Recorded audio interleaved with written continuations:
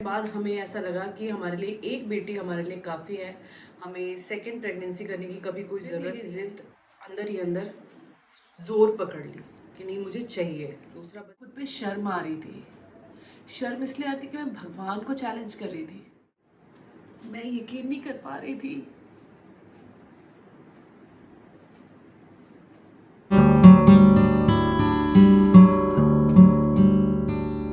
Hello everyone, welcome back to our channel. कैसे हैं आप लोग? और आई होप कि आप लोग अच्छे होंगे। और आज मैं आप लोग के साथ अपनी सेकंड प्रेगनेंसी स्टोरी शेयर करने वाली हूँ।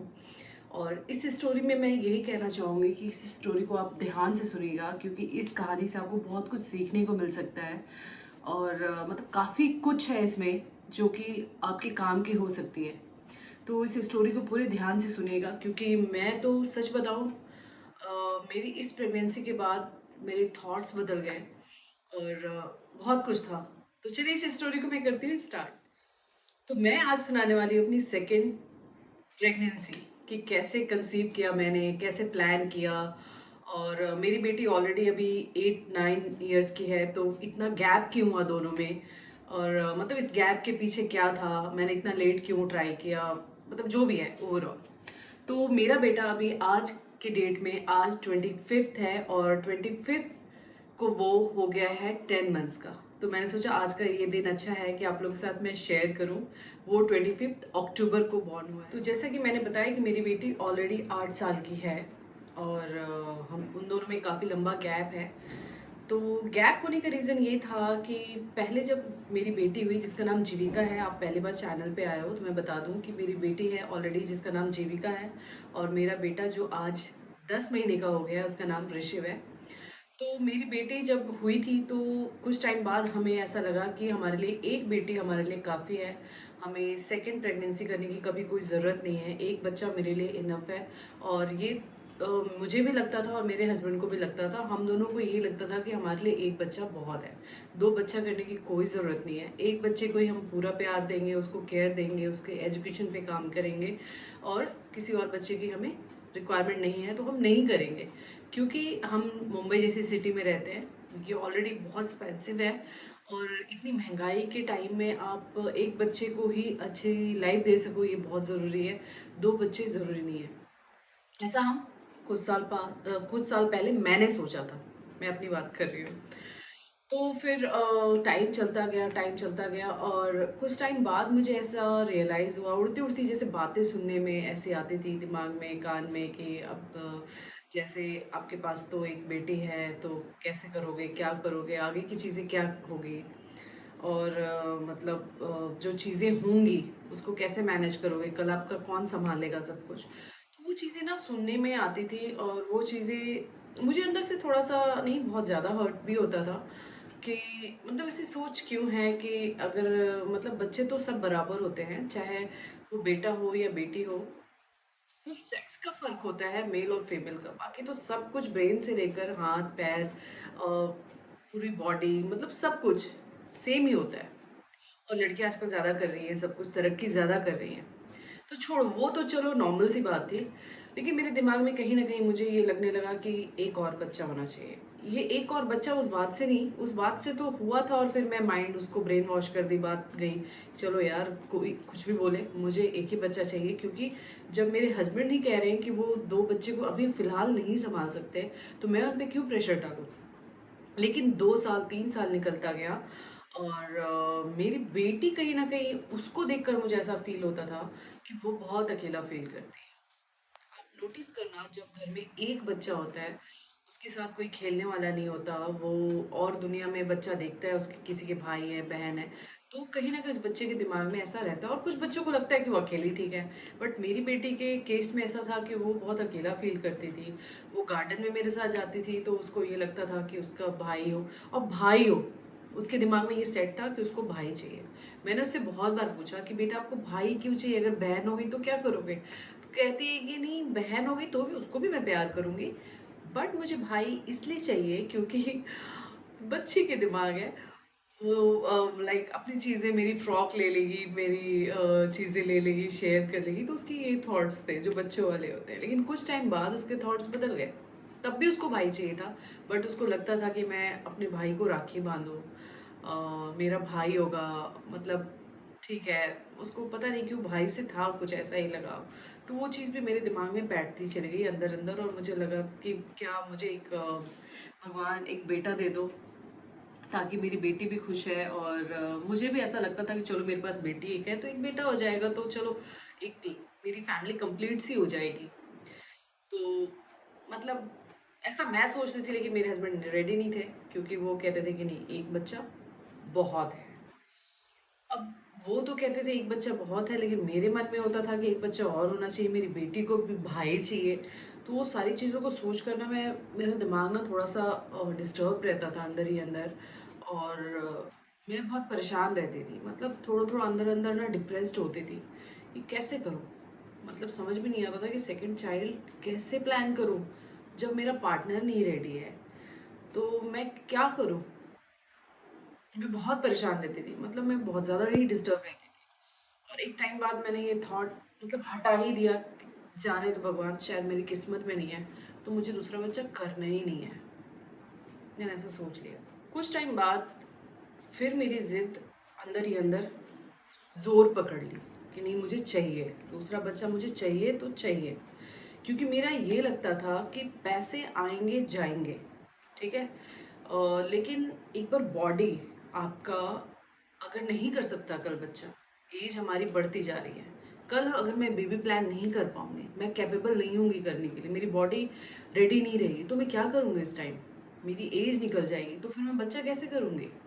और वो चीज़ें और दिमाग में बैठ गई कि कल अगर मेरे, आज मेरे हस्बैंड कह रहे हैं कि मुझे बच्चा नहीं चाहिए, लेकिन कुछ साल बाद अगर वो बोले नहीं, मैं चलो एक सेकंड बेबी प्लान कर लेते हैं, उस टाइम मेरी बॉडी अगर रेडी नहीं है, क्योंकि हमारी बॉडी थकती चली जाती है, बहुत सारी प्रॉब्लम्स होती हैं, आप इतने टेंशन में रहते हो, तो तब मैं क्या करूँगी।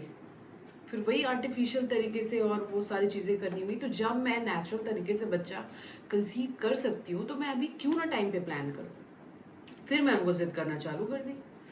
चलो भाई, ये करते करते मुझे 7 साल हो गए। Can you believe it, 7 years हो गए सेकेंड बेबी प्लान करेंगे करके, 7 साल हो गए। 7 साल हो गए तो फिर वो रेडी भी हो गए। अब मैंने 2-4 बार हमने प्लान किया कि ट्राई करते हैं, ट्राई करना शुरू कर दिया, बट मैं कंसीव ही ना हूँ। 3 से 4 बार, ये मैं नहीं कह रही हूँ कि सालों हमने ट्राई किया, 3 से 4 बार हमने ट्राई किया, नहीं हुआ। तो फिर मेरे हस्बैंड ने बोला देखो मैं तो अब साथ दे रहा हूँ अब, लेकिन नहीं हो रहा है तो क्या कर सकते हैं बताओ। तो चलो ठीक है, वो उन्होंने बोला, और मेरे को भी लगा चलो जाने दो भाई, अब तो मैं कान पकड़ती हूँ, मेरे को जिद नहीं करनी है, नहीं करना है प्लान। और जब मैं ये 4 to 5 टाइम्स जब मैं ट्राई कर रही थी, तो एक बात आपको बताना चाहूँगी कि मैंने प्रेगनेंसी किट खरीदी थी चेक करने के लिए कि मैं प्रेग्नेंट हूँ या नहीं। इस बात पे गौर कीजिएगा कि मैंने एक नहीं 2 प्रेगनेंसी किट खरीदा था। इस बात को आप अभी सुनो, और इसका लास्ट में आपको पता चलेगा कि जो होता है सब ऊपर वाला, जो यूनिवर्स होता है, भगवान होते हैं ना, वो सब कनेक्ट होते हैं आपकी लाइफ में। तो मैंने ना उस दिन पता नहीं मेरे दिमाग में क्या आया, मैंने एक नहीं 2 खरीद लिया। 2 खरीद लिया, एक से चेक किया तो वही कुछ नहीं हुआ, मैं प्रेग्नेंट नहीं थी। तो फिर वो दूसरा वाला मैं क्या करती हूँ, फिर उस टाइम मेरे को लगा अब नहीं करना है यार, जाने दो, मेरे को बच्चा प्लान ही नहीं करना। तो अब एक किट पड़ा था, मैं क्या करूँ, तो मैंने ऐसे ही अपने पर्स में, छोटा सा पर्स था, तो हैंड क्लच उसमें मैंने डाल दिया। मैंने मतलब फेंका नहीं, नया था तो मैंने फेंका नहीं मैंने उसको रख दिया और रख के भूल गई। फिर 6 मंथ 4 मंथ 6 मंथ निकल गए, और इस बीच कुछ साल पहले मैंने भगवान से एक मन्नत मांगी थी। मन्नत ये मांगी थी कि कुछ चीज़ें छोड़नी होती है खाने की। अगर आप, होता है आपने भी सुना होगा कि भगवान के पास जाकर आप ऐसा मन्नत मांगो कि मैं ये चीज़ छोड़ दूंगी, अगर जब मेरा ये मन्नत पूरा हो जाएगा तो मैं उस चीज़ को खाऊंगी। तो एक रात मैं ऐसी बैठी, 5-6 महीने निकल गए, वो लास्ट जो मैंने सोचा था कि मैं बच्चा प्लान नहीं करूँगी, उसको 5-6 महीने निकल गए। तो मैं ऐसी बैठी थी और एक यूट्यूबर का वीडियो देख रही थी, जो वो कह रही थी कि मैं बार बार बच्चा प्लान कर रही हूँ लेकिन नहीं हो रहा है। तो वो मेरे भी दिमाग में बैठ गया कि मेरा भी नहीं हुआ। तो मैं भगवान से ना, मैंने सिर्फ ये मन में बोला कि चलो जो चीज़ मैंने खाने का छोड़ा है ना, मैं अब खा लूँगी, आप बच्चा तो आप मिला नहीं, दिया नहीं, तो मैं खा लूँगी, जाने दो, मैं मन्नत को यहीं पे ऐसे छोड़ती हूँ। मेरे ना नेगेटिव थॉट्स आ गए और मैंने ये सोचा, और रात को सोचा, और मैं सो गई। और नेक्स्ट डे मॉर्निंग उठती हूँ तो मुझे ऐसा लगता है कि मेरे पीरियड 1-2 दिन ऊपर चले गए, 1 ही 2 दिन ऊपर गए थे, 2 या 3 दिन या 4 दिन गए होंगे, जो भी है हार्डली। तो मैंने सोचा कि यार पीरियड नहीं हो रहा है, क्यों नहीं हो रहा है, चलो एक प्रेगनेंसी किट पड़ी हुई है चेक करने वाली, मैं उसे ट्राई करूँ क्या, ऐसे ही तुक्का मारा मैंने। मैं गई वॉशरूम में और देखा तो मैं प्रेग्नेंट हूँ। मैं शॉक कि जब मैं प्लान कर रही थी तब मैं प्रेग्नेंट नहीं हुई थी, और अब मैं प्लान नहीं की तो मैं प्रेग्नेंट हूँ। वो बताया था ना मैंने 2 प्रेगनेंसी किट, तो वो कुछ ना कुछ भगवान का था। मैंने रात को भगवान को बोला, मैंने भोलेनाथ जी को किया था मन्नत, और उनको बोला, और नेक्स्ट डे मॉर्निंग देखती हूँ तो मैं प्रेग्नेंट हूँ।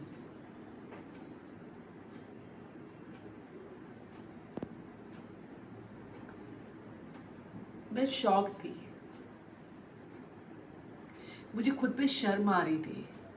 शर्म इसलिए आती कि मैं भगवान को चैलेंज कर रही थी, उस भगवान को जो सब कुछ देते हैं। लेकिन कभी कभी हम बहुत परेशान हो जाते हैं, हम इंसान हैं, हम बहुत परेशान हो जाते हैं, और मैंने भगवान को ऐसा क्यों बोला, मैं आज भी खुद पे शर्म कर रही हूँ। मैंने देखा तो मैं प्रेग्नेंट हूँ, मैंने मेरे हस्बैंड को मैसेज किया, लेकिन जब उन्होंने सुना ना प्रेगनेंसी, तो बहुत ज़्यादा उन्होंने रिएक्ट नहीं किया, क्योंकि वो ऑलरेडी अपने काम को लेकर परेशान थे, तो वो बहुत ज़्यादा रिएक्ट नहीं किया उन्होंने। ठीक है, वो लोग खुश हुए बट बहुत ज़्यादा नहीं। चलो, अब ये हो गया कि मैं प्रेग्नेंट हूँ। अब मेरे दिमाग में ये चीज़ चलने लगी कि मुझे लड़का हो। तो मैं इसके आगे की एक मेरेकल आपको बताऊंगी कि मेरे साथ क्या हुआ है। इसके आगे एक बात बता रही हूँ कि जब मैं कुछ ये जब मेरी मैं कंसीव करी हूँ, उसके 2-3 महीने पहले मैं गई थी दिल्ली घर। वहाँ से मैं गई थी वृंदावन। वृंदावन गई थी, और जैसे बाके बिहारी लाल दर्शन करने गई श्री कृष्ण जी के पास, तो वहाँ पे ऐसे ही उनको देख कर ना, उनके रूप को मेरे मुंह से निकल गया था कि बाल गोपाल जी, आप जैसा बाल गोपाल मुझे देना करके। और उसी के 2-3 महीने बाद मैं प्रेग्नेंट हो गई। तो चलिए, वो तो मैं एक बात कह रही हूँ। तो फिर अब मेरे दिमाग में ये प्रेशर आ गया कि मेरे को एक लड़का हो, क्योंकि मेरी बेटी भाई चाहती है और मैं भी चाहती हूँ कि लड़का हो। एक लड़की है और एक लड़का हो, ऐसा सोच के तो चलता रहा। फिर रैंडमली मैं ऐसे वीडियो देख रही थी यूट्यूब पे प्रेग्नेंट होने के बाद, तो एक श्री कृष्ण चालीसा ऑटोमेटिकली मेरे सामने आते ऐसे। उसमें लिखा था कि आप पढ़ो, आप हर दिन सुनो, अगर प्रेग्नेंट हो हर दिन सुनो, तो आपको बाल गोपाल जैसा बेटा होगा। तो मैं ना उस दिन से सुनने लगी, एक दिन भी मिस नहीं किया है। उस दिन से लगातार सुनने लगी, कंटिन्यू सुनने लगी, मतलब हर दिन सुनती ही थी, नहा के धो के पूजा करती ही हूँ मैं, उसके बाद वो सुनती ही सुनती थी, मतलब एक मेरा नियम बन गया था कि मेरे को सुनना ही है। सुनती थी। और मेरे साथ ये होता था कि जब मैं परेशान होती थी ना, आपको बता रही हूँ, ये मेरे अभी भी रोंगटे खड़े हो जा रहे हैं कि ऐसा होता है। मैं ना जब भी परेशान होती थी और ये सोच के कि मुझे लड़का होगा ना, मैं ऐसे सोचती थी ना, तो मेरे पेट में ना मेरा बेबी किक करता था, कृष्ण भगवान जी आप जैसा बाल गोपाल होगा ना। जब भी मैं भगवान को ऐसा मन में बोलती थी ना, मुझे किक करता था। और तो ना मेरा कनेक्शन ना बहुत ज़्यादा बनने लगा भगवान से, कि वो मतलब भगवान है और हम एक छोटे से इंसान, उनके सामने क्या है, कुछ नहीं, ज़ीरो। और वो मेरी बातों का जवाब देते हैं। मैं जब भी बोलूँ, जब भी, मतलब रात दिन, मैं कितनी बार मेरे हस्बैंड को मैंने फील कराया, मैंने बोला देखो मैं बोलूँ, अभी देखना ऐसा होगा। तो पहले तो उन्होंने यकीन नहीं किया, लेकिन जब उन्होंने दूसरी बार हाथ रखा ना, तो देखा वैसे ही हुआ। और ऐसा मैंने उनको बहुत बार ट्राई करा है, मैंने देखो ऐसा होता है। मेरे को ना बाल गोपाल जैसे ही एक मतलब बेटा आने वाला है। मैं खुद से ही कंफर्म थी। चलो ऐसे ही टाइम निकलता गया। एक करीब लास्ट एक दो जो होता है ना, डॉक्टर के पास हम जाते चेकअप कराने, मैं डॉक्टर के पास गई और उनको भी मैंने बोल दिया कि मुझे इस बार बेटा होने वाला है।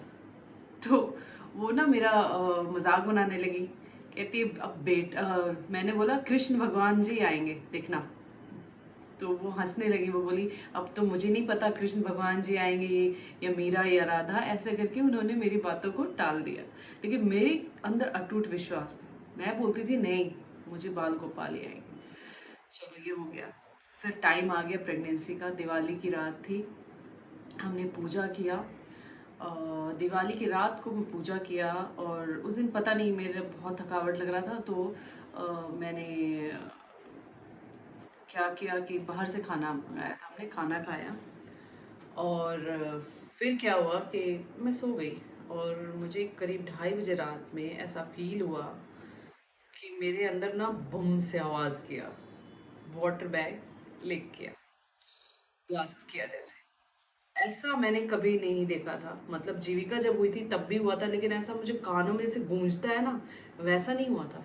लेकिन इस प्रेगनेंसी में मुझे ऐसे लगा बूम, ऐसी आवाज़ आई मेरे। हम गए और बिलीव करोगे कि उस टाइम भी मैं कृष्ण भगवान का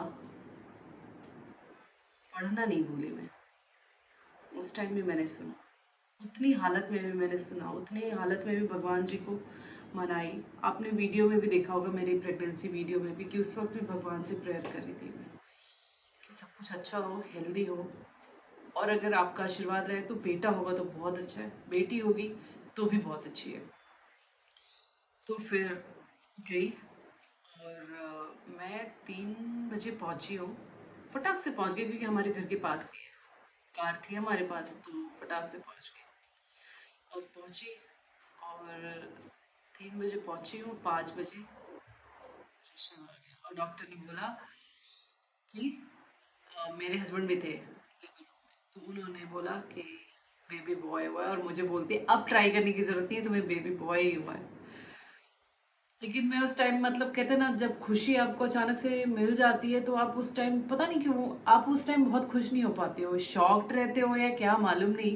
क्योंकि वो 9 मंथ्स में जो मेरा दिमाग का चल रहा था ना उधेड़ बुन, उसमें मुझे कुछ समझ में नहीं आ रहा था।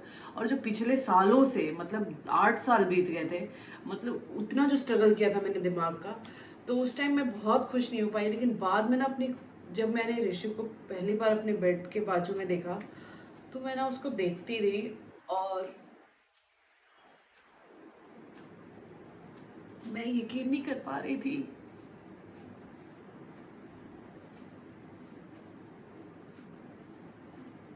मैं बस उसको देखती रही, उसको देखकर खुश होती रही।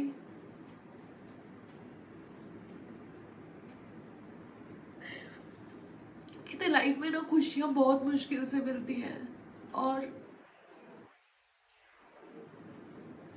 ऊपर वाले को मैं क्या ही बोलूँ। जिंदगी भर के लिए मैं आभारी हो गई हूँ। मैं जिंदगी भर प्रभु भोलेनाथ जी, कृष्ण भगवान, सारे देवी देवताओं के चरणों में मेरा शीश हमेशा ऐसे ही रहेगा। मैं, उन्होंने सब कुछ दिया, लाइफ में मुझे सब कुछ दिया, कुछ भी ऐसा नहीं है जो उन्होंने नहीं दिया हो।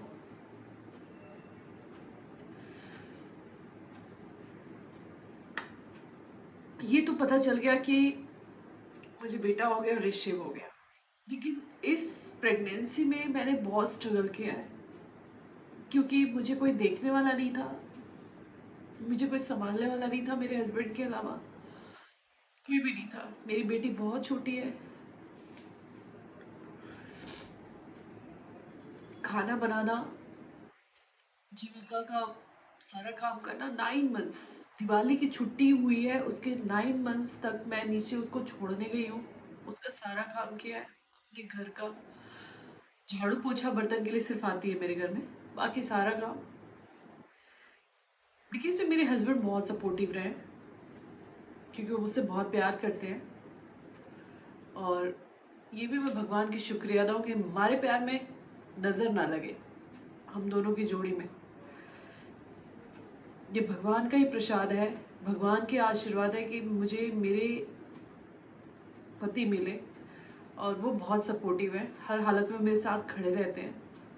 उन्होंने साथ दिया और मतलब बहुत तकलीफ होती थी यार, मैं थक जाती थी, मैं इतनी ज़्यादा थक जाती थी कि मुझसे काम होता नहीं था। मैं कभी भी बहुत थक जाती थी, मैं लेट जाती थी।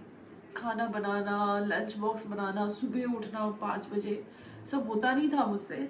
मेरी फ्रेंड्स लोग नीचे खड़ी रहती थी स्कूल बस के पास, तो वो कहती थी यार तुम थोड़ा रेस्ट करो। और मेरे हस्बैंड इसलिए नहीं जा सकते थे क्योंकि वो शूट से आते थे। आपको पता ही है कि वो, अगर आपको नहीं पता है तो मैं बता दूँ, वो एक्टर है। तो वो शूट पे रात भर शूट करते थे, सुबह आते थे, तो उनको नहीं जगा सकती थी मैं, क्योंकि उनकी भी तबीयत खराब हो जाती, नींद नहीं पूरे होने से। तो सब मुझे कहते थे रेस्ट करो यार, रेस्ट करो। कैसे रेस्ट करो? एक बच्चा आ रहा है, लेकिन दूसरा बच्चा मेरी बहुत बड़ी जिम्मेदारी है, उसकी स्टडी है, उसका हेल्थ है, उसको थोड़ी ना छोड़ सकती हूँ। तो मेरे ना कमर में दर्द रहता था, सिर में दर्द रहता था। खान खाना मुझे सब कुछ अच्छा लगता था इसमें, बट इतनी थकावट से खा नहीं पाती थी। और मतलब बहुत मुश्किल से मैंने सब कुछ मैनेज किया और तब जाकर मुझे मेरा बेटा मिला, जो कि अब व्लॉग में देखते हो कि कितना वो बदमाशी करता है। बहुत अभी सो रहा है इसलिए मैं ये वीडियो बना रही हूँ। बहुत बदमाशी करता है, बहुत शैतान है। और मेरी बेटी बहुत खुश हुई। और जब मेरा बेबी हुआ था तो उसको मैंने, अपनी बेटी को अपनी सिस्टर के घर पे छोड़ दिया था। तो जब उसको भी पता चला वो बहुत खुश हुई। और भैया दूज उसने हॉस्पिटल में ही किया, टीका लगाया अपने भाई को, मतलब समझो भैया दूज पे उसको उसका भाई मिला। तो वो भी बहुत खुश थी, क्या बहुत खुश है। दोनों बच्चे हमारे बहुत मतलब एक दूसरे को प्यार करते हैं। केयर करती है जीविका अपने भाई की। और अब मेरे हस्बैंड भी बहुत खुश हैं क्योंकि मेरा जो बेटा है वो सबसे पहले पापा ही बोला। और वो पापा का पूरा भक्त है, मतलब कह लो वो पापा उठता है, पापा सोता है, पापा पापा पापा पापा। मम्मा तो वो शायद रेयर ही बोलता है, अभी थोड़ा सा मम्मा पापा बोलना शुरू किया है। तो वो पापा ही बोलता है, पापा बाबा। महाराष्ट्रियन बाबा बोलते हैं, तो हम बॉम्बे में रहते हैं, तो मराठी सुनते सुनते ना वो बाबा बाबा, पहला वर्ड उसने बाबा बोलना शुरू किया, फिर पापा पापा, वो वही ज़्यादा बोलता है। जब उसको बहुत भूख लगती है ना, मम्मा की एकदम ज़रूरत है, तब जाकर वो मम्मा बोलता है। तो ओवरऑल भगवान ने मेरी फैमिली कंप्लीट कर दी। और अगर आप लोग चैनल पे नए हैं तो प्लीज़ जुड़ जाइए, क्योंकि मेरी पूरी फैमिली हर दिन ब्लॉग में आती है। देखिए, इंजॉय कीजिए, और आप लोग के साथ की बहुत ज़रूरत है। और इसी तरीके से आई होप कि अगर ये स्टोरी थोड़ी भी पसंद आई हो तो प्लीज़ लाइक ज़रूर कीजिएगा। इस स्टोरी से आपको क्या सीखने को मिलता है मुझे कमेंट में ज़रूर बताना। लेकिन जो मुझे लगा, पहली चीज़ ये कि भगवान पे भरोसा करना बहुत ज़रूरी है लाइफ में, बहुत ज़रूरी है। भगवान नहीं ना तो हम कुछ भी नहीं है। दूसरी चीज़ ये कि विश्वास रखिए, जो चीज़ आपको मिलनी है वो मिल ही जाएगी, लेकिन जब मिलनी है तभी मिलेगी। कहते हैं ना, वक्त से पहले और तकदीर से ज़्यादा कुछ नहीं मिलता। वो मैं समझ गई हूँ। और मिलना होता है तो वो मिलेगा ही, उसको कोई नहीं टाल सकता, है ना। जो आपसे खुश होते हैं वो भी नहीं टाल सकते, जो आपसे जलते हैं वो भी आपकी खुशियों को नहीं छीन सकते। तो वो मिलना है तो वो मिलेगा ही। और खुद का ख्याल रखिए। और अगर आप सेकंड प्रेगनेंसी करना चाहते हो तो मैं तो ये एडवाइस करूँगी, थोड़ा टाइम से जल्दी से कर लो, क्योंकि अगर आपको करना है तो। शूट कर रही थी तो ऋषि सोकर उठ चुका है। तो इसी के साथ मैं इस व्लॉग को, इस वीडियो को एंड करती हूँ। और हाय कर दो, हाय कर दो सबको। तो इसी के साथ मैं इस वीडियो को एंड करूंगी। एंड आई होप कि वीडियो पसंद आएगा, तो प्लीज लाइक शेयर और सब्सक्राइब करना मत भूलिएगा। और हमारे डेली व्लॉग के लिए आज से ही आप लोग जुड़ जाइए, जो नए हैं और जो पुराने हैं, आप लोग के साथ के लिए बहुत बहुत धन्यवाद। तब तक के लिए बाय बाय, टेक केयर।